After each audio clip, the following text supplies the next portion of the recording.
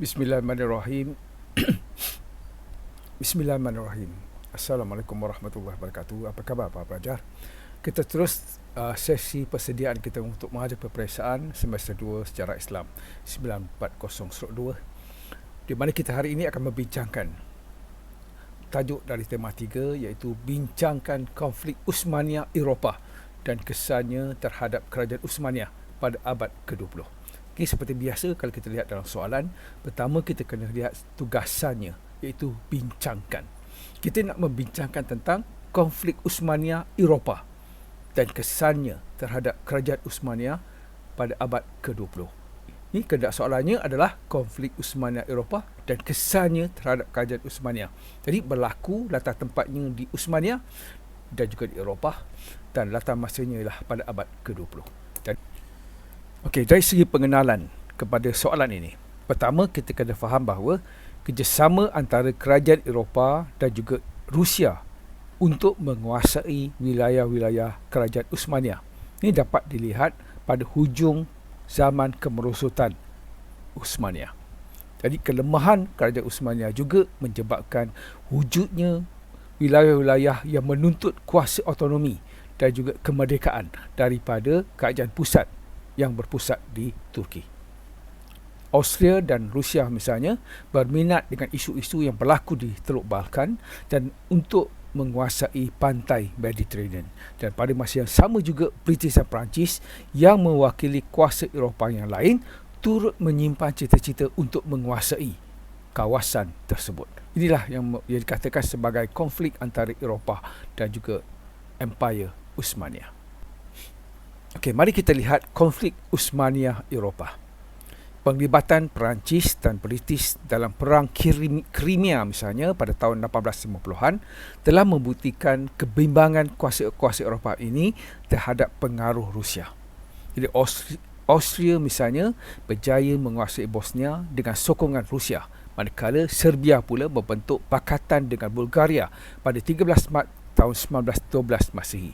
Jadi usaha ini adalah untuk menghalang monopoli oleh pihak Austria terhadap wilayah-wilayah bersempadan dengan ataupun berada di sekitar Teluk Balkan ini.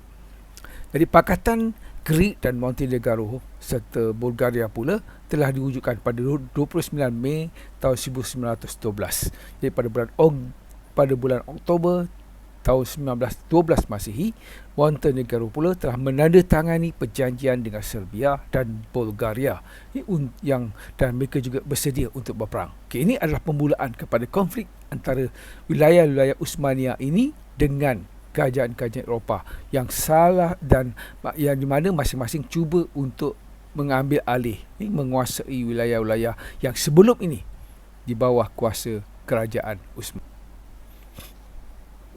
Bagi kerajaan Uthmaniyah pula, mereka terpaksa berhadapan dengan pencaturan politik daripada jiran-jiran di rantau Balkan seperti Rusia, British dan juga Perancis ini. Okay, beberapa negara lain sekutu mereka seperti Austria, Serbia dan sebagainya. Jadi perang Uthmaniyah Itali misalnya telah memberi kesan kepada wilayah kekuasaan kerajaan Uthmaniyah.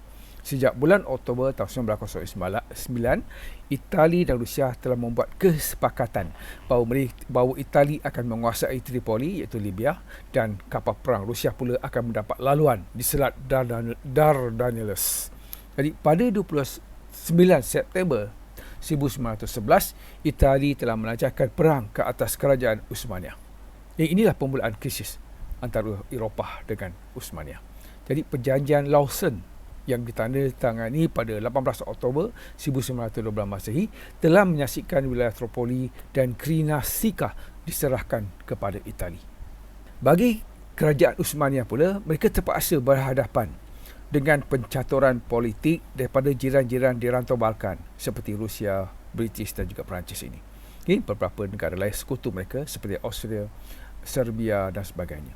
Jadi perang Uthmaniyah Itali misalnya telah memberi kesan kepada wilayah kekuasaan kerajaan Uthmaniyah.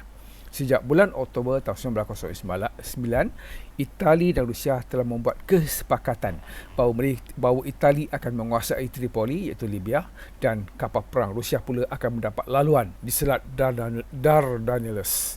Jadi pada 29 September 1911, Itali telah melancarkan perang ke atas kerajaan Uthmaniyah.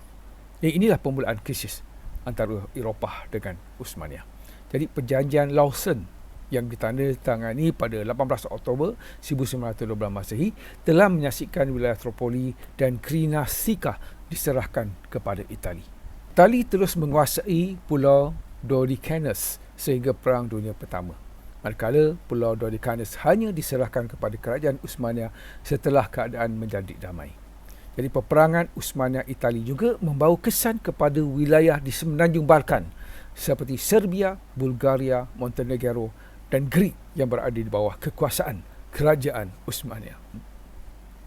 Wilayah-wilayah tersebut mengambil peluang untuk membentuk gabungan untuk mengadakan revolusi menentang kerajaan Uthmaniyah yang kemudiannya membawa kepada konflik peperangan